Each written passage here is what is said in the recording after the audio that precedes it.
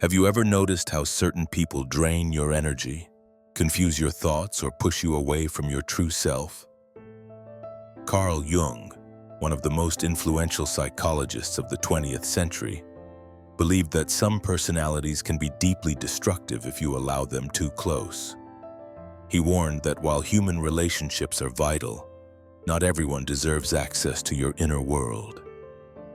Let me ask you, have you ever had to cut someone off because you realized they were harming your peace of mind? Share your story in the comments. It might help others recognize the same patterns. Jung's insights into the human psyche weren't just abstract theories. He observed how hidden motives, shadow behaviors, and unresolved inner conflicts often show up in people's relationships. When ignored, these traits can cause damage not only to individuals but to entire groups. That's why knowing which types of people to avoid is just as important as knowing which to keep close. Think of it like protecting your house. You don't leave the door wide open for anyone to walk in. You're careful, you check who enters, and you guard what's valuable. In the same way, your mind and spirit need protection from people whose patterns can weaken your clarity, exploit your kindness, or even push you into self-doubt. Jung's work gives us a lens to recognize them before it's too late. So in this video, we'll uncover 6 dangerous personality types Carl Jung warned about. People who may appear harmless on the surface but carry hidden tendencies that can drain, manipulate, or destabilize you. And if you stay with me until the end, write seductive wisdom in the comments so I'll know you value protecting your mind as much as your body. One of the most draining personalities Carl Jung warned about is the eternal victim. The person who constantly blames others for their misfortunes. On the surface, they may appear innocent or even deserving of sympathy, but beneath that lies a dangerous refusal to take responsibility for their own life. Jung understood that when someone is trapped in this pattern, they unconsciously pull others into their drama. Think about the friend who always has a story of how life, society, or people did them wrong. No matter the situation, they position themselves as powerless. This creates a cycle where others feel pressured to rescue them, even when their problems are partly self-inflicted. Jung noted that this projection of blame is a way of avoiding the shadow, the part of the psyche that holds unacknowledged flaws. Psychologists today see this pattern as emotional manipulation. When someone consistently plays the victim, they can guilt you into helping, drain your energy, and make you responsible for fixing their life. Over time, this dynamic can destroy healthy boundaries. Instead of supporting each other equally, you become their caretaker while they remain stagnant. Consider a real-life example. A colleague who never meets deadlines but insists it's because the boss hates me or the system is against me. Rather than improving their work, they project blame outward. If you keep covering for them, you not only enable the behavior but also harm yourself in the process. Jung would argue that this behavior reflects an unwillingness to integrate the shadow. Instead of admitting flaws, the victim personality hides them, preferring to see themselves as perpetually innocent. This lack of self-awareness makes growth impossible, and those around them pay the price. The danger lies in how this role affects relationships. People with victim mentalities can sabotage friendships, workplaces, and even families because they unconsciously demand endless emotional labor. Worse, if you refuse to play along, they may turn against you, accusing you of being uncaring or selfish. The healthiest response is recognizing the pattern early. Compassion doesn't mean tolerating endless cycles of blame. Supporting someone should empower them, not trap you in their narrative. Sometimes the most compassionate act is setting boundaries and encouraging responsibility. So let me ask you, have you ever dealt with someone who constantly played the victim and drained your energy? How did you respond? Did you set boundaries or did you get caught in their cycle? Share your story in the comments. Your experience may help someone else recognize the eternal victim before it's too late. Another dangerous type Carl Jung warned about is the manipulator, the person who twists your emotions for their own benefit. Unlike the eternal victim who drains by guilt, the manipulator works through control. They study your weaknesses, your hopes, and your fears, then use them as tools to steer you in the direction they want. Jung saw this as a distortion of human connection, where authenticity is replaced by hidden agendas. Think about the friend who compliments you, but only when they need a favor, or the colleague who pretends to support you yet subtly pressures you into decisions that benefit them. Manipulators are skilled at disguising their intent. They may appear generous or kind on the outside, but their kindness often comes with strings attached. Psychologists describe this behavior as emotional exploitation. Manipulators rely on tactics like gaslighting, guilt-tripping, or selective flattery to confuse their targets. Over time, the victim begins to doubt their own judgment, making them more dependent on the manipulator.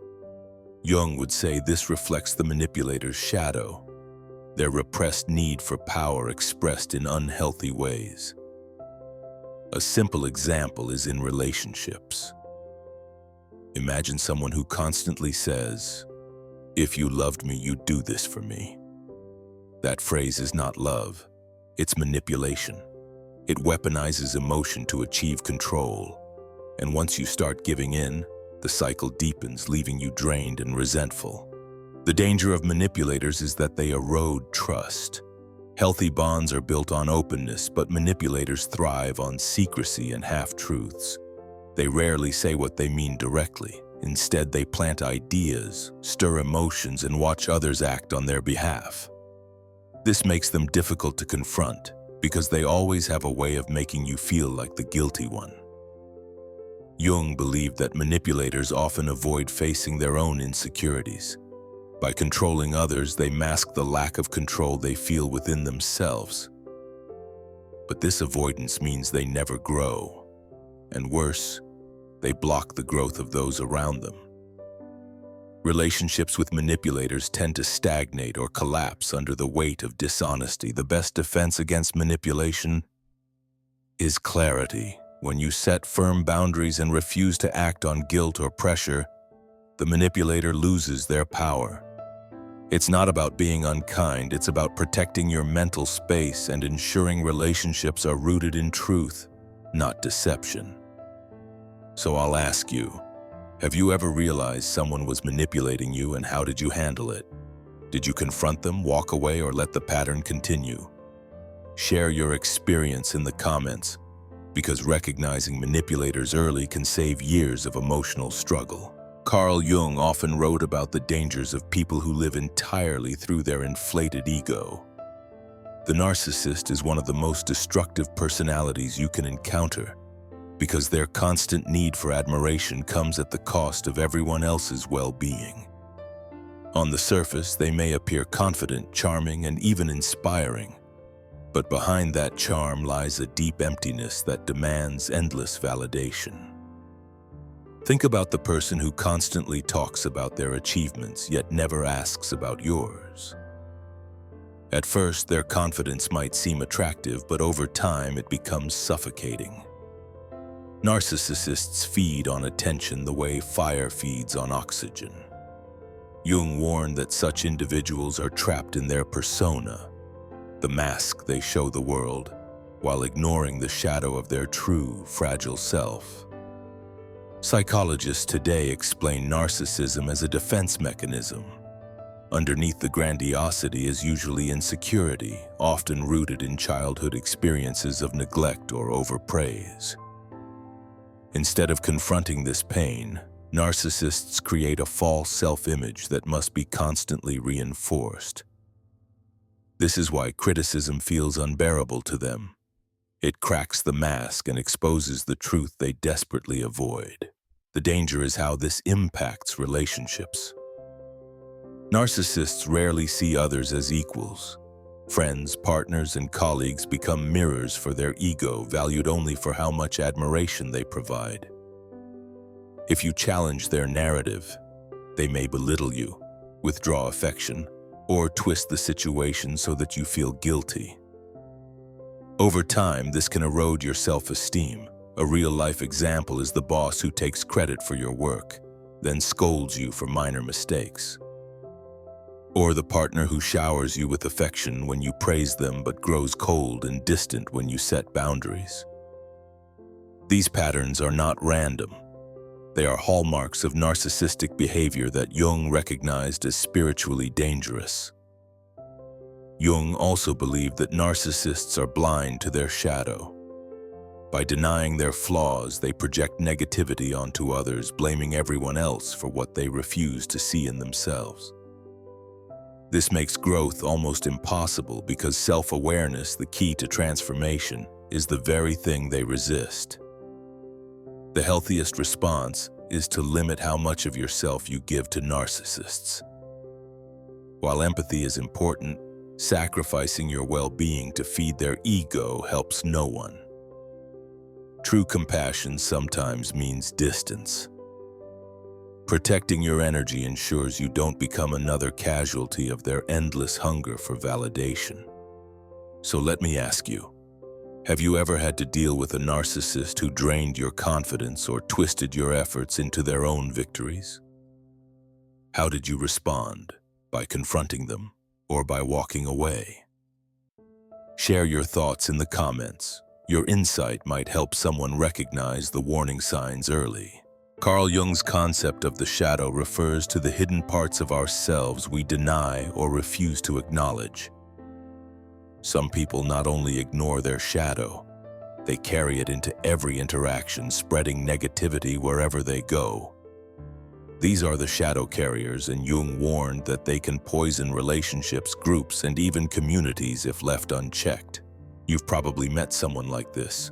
They complain constantly, criticize others harshly, or spread gossip as if it's truth. Instead of owning their insecurities, they project them outward, making others feel the weight of their unresolved darkness. Jung described this as a psychological projection, placing one's own flaws onto others in order to avoid facing them. The danger of shadow carriers is that their negativity is contagious. Spend enough time with them and you may find yourself adopting their worldview, seeing only problems, doubting others, and feeling heavy with cynicism. Energy is powerful. Just as kindness spreads, so does bitterness. Being close to someone who refuses to confront their shadow can slowly drain your optimism. A practical example is a colleague who constantly undermines new ideas. Instead of contributing, they highlight risks, mock creativity, or insist it will never work. Their words are less about logic and more about their inner fears of inadequacy. By projecting these fears, they sabotage others, ensuring no one rises higher than their comfort zone. Jung argued that those who embrace their shadow, who admit their flaws, fears, and darker impulses can integrate it and grow. But those who deny it remain trapped, unconsciously acting out their negativity. This is what makes shadow carriers dangerous. They are blind to their own role in spreading harm. Modern psychology supports this view. Studies show that chronic negativity, gossip, and constant criticism are linked to poor self-awareness and unresolved emotional wounds. In relationships, these behaviors create toxic cycles where both partners feel drained instead of uplifted. In groups, it creates division and mistrust. The best way to protect yourself is to set boundaries. Listening with compassion is fine, but absorbing their negativity is not. You can empathize with someone's struggles without letting their shadow become your burden. Sometimes distance is necessary to keep your own mind clear and your energy intact. So let me ask you, have you ever noticed how being around certain people makes you feel heavier, even if nothing specific happened? That's the effect of a shadow carrier. Share your story in the comments. It might help others realize the importance of guarding themselves against this subtle but powerful negativity. Carl Jung believed envy to be one of the most corrosive forces in the human psyche. Unlike healthy competition, envy is not about striving to improve oneself. It's about resenting others for what they have. The envious person is dangerous because they cannot genuinely celebrate your achievements. Instead, they feel threatened, and their hidden resentment often shows through subtle words or actions. You might recognize this in the friend who downplays your promotion by saying, "Well, you just got lucky," or the relative who quickly changes the subject when you share good news. Jung explained this as projection. The envious person projects their own feelings of inadequacy onto you, making your success a reminder of their perceived failures. The problem is that envy rarely stays hidden. Over time, it turns into passive-aggressive behavior, gossip, or even attempts to sabotage. Envious people may smile to your face but quietly root for your downfall. This duality makes them especially dangerous because their outward friendliness masks their inner hostility. A real-world example is the colleague who acts like they're part of the team but secretly undermines your work, or the friend who suddenly becomes distant when life goes well for you. Their inability to celebrate others reveals the shadow within, a refusal to confront their own dissatisfaction. Jung would say they are slaves to their shadow, unable to integrate it constructively. Psychologists today confirm that envy is linked to low self-esteem and poor self-awareness. Instead of asking, "How can I grow?" the envious person asks, "Why do they have what I don't?" This mindset blocks personal development and spreads negativity to anyone nearby. If you spend too much time with such people, you may even start downplaying your own achievements to avoid their resentment. The danger is not only emotional but spiritual. Envy robs relationships of sincerity. Trust erodes when you sense someone's joy for you is fake. Over time, this creates distance, frustration, and wasted energy on bonds that cannot grow healthily. Jung would caution against such connections as they keep you from pursuing your true self. Protecting yourself means recognizing envy early. True friends celebrate your wins as if they were their own. If someone consistently reacts with bitterness, excuses, or silence, it's a sign to set boundaries. Compassion doesn't mean ignoring harm. It means protecting your peace while wishing them healing from a distance. So let me ask you, have you ever achieved something important only to feel the sting of someone else's envy instead of their support? How did you handle it? Share your experience in the comments. Your story might help someone else spot the envious person hiding behind a smile. Carl Jung emphasized the concept of the persona, the mask we wear to fit into society. While everyone uses a persona to some degree, the hypocrite takes it to extremes. This person hides behind a carefully crafted image, presenting themselves as virtuous or trustworthy while their true motives and behaviors are very different. Jung warned that such people are dangerous because they live entirely in deception. You might recognize them as the co-worker who pretends to be supportive but secretly spreads rumors, or the acquaintance who speaks of loyalty and honesty yet betrays confidences when it suits them. Their mask is polished, but over time, cracks appear. Jung would describe this as an over-identification with the persona, where the individual loses touch with their authentic self. The danger of hypocrites lies in their unpredictability. Because they hide their real intentions, you never know where you stand with them. One day they seem like a friend, the next they act like a stranger, or worse, an enemy. This instability erodes trust and creates emotional chaos for anyone close to them. A practical example is someone in a leadership role who preaches fairness but shows favoritism behind the scenes. Or a partner who speaks of commitment yet acts in ways that betray the relationship. These contradictions reveal that their mask is only for show. Beneath it, unresolved shadows drive their choices. Psychologists today link this behavior to insecurity and fear of rejection. Instead of facing their flaws, hypocrites hide them with performance. The problem is no mask can hold forever. Eventually, reality seeps through and those who trusted them feel betrayed.